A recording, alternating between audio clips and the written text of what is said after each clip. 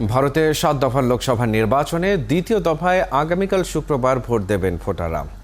এ দফায় ১৩টি রাজ্য ও কেন্দ্রশাসিত অঞ্চলের ৮৯টি আসনে ভোট দেবেন ভোটাররা। এর মধ্যে পশ্চিমবঙ্গে ভোট হবে ৩টি আসনে। বিস্তারিত প্রতিবেদনে।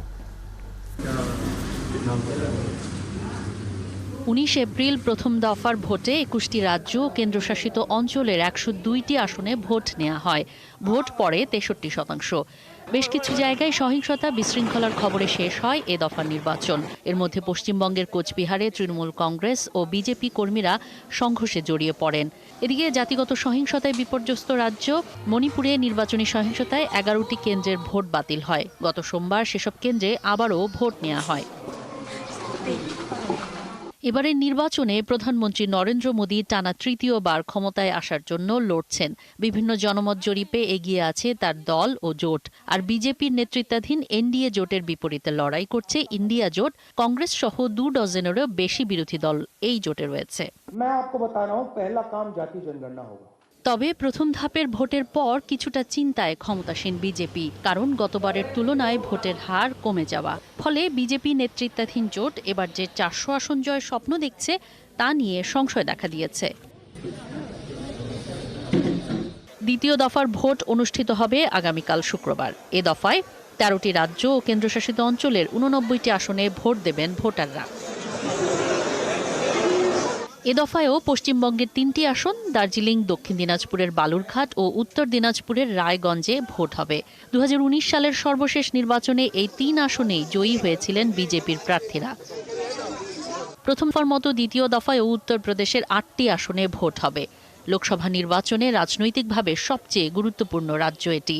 এ রাজ্যে ভোটার প্রায় ২৪ কোটি, আসন সংখ্যা ৮০। এটি সবথেকে জনবহুল রাজ্য, আর এখান থেকেই পার্লামেন্টে সবচেয়ে বেশি সংখ্যক সদস্য নির্বাচিত হন।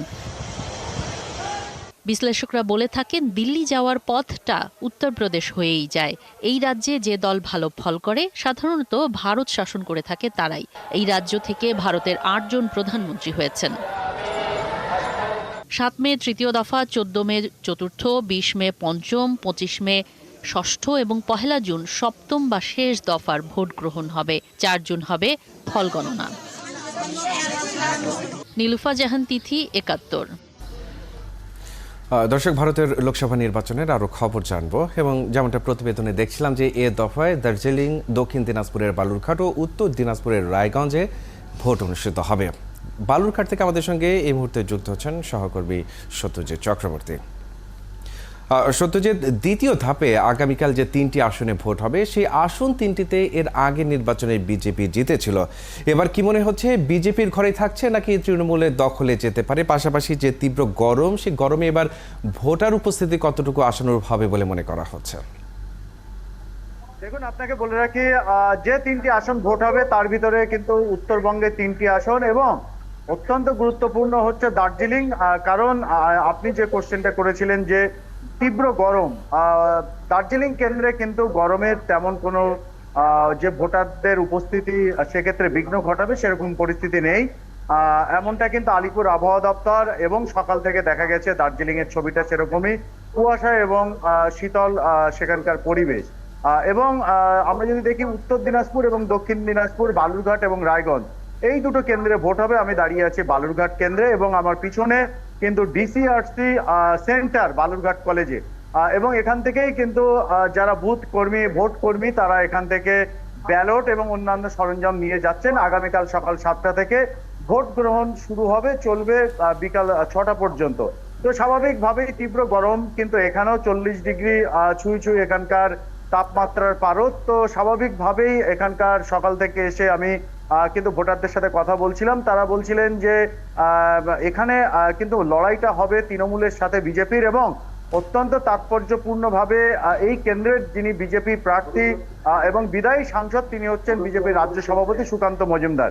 তার সাথেই আর কি তৃণমূলের লড়াই হবে। এখানে কিন্তু আরএসপি একটা ফ্যাক্টর হিসেবে কাজ করবে, বাম সমর্থিত প্রার্থী তিনি। তো স্বাভাবিকভাবেই আমরা যদি দেখি রায়গঞ্জে, সেখানেও কিন্তু বিজেপি গতবার জিতেছিল, দার্জিলিং এও জিতেছিল এবং এই বালুরঘাটেও জিতেছিল। যেটা আশা করা যাচ্ছে বিজেপির তরফ থেকে, তারা বলছেন যে ৩টেতেই জিতবেন। তৃণমূলের তরফ থেকে বলা হচ্ছে যে জোর লড়াই হবে এবং বালুরঘাট দার্জিলিং যদি বিজেপি জেতে, কিন্তু কোনোভাবেই কিন্তু রায়গঞ্জ অর্থাৎ নানা ধরনের সমীকরণেই সেখানে মেলানো হচ্ছে। নিশ্চয়ই ভোটাররা আগামীকাল ভোট দেবেন এবং আসলে কে নির্বাচিত হচ্ছে সেটি আমরা পরবর্তীতে জানতে পারবো।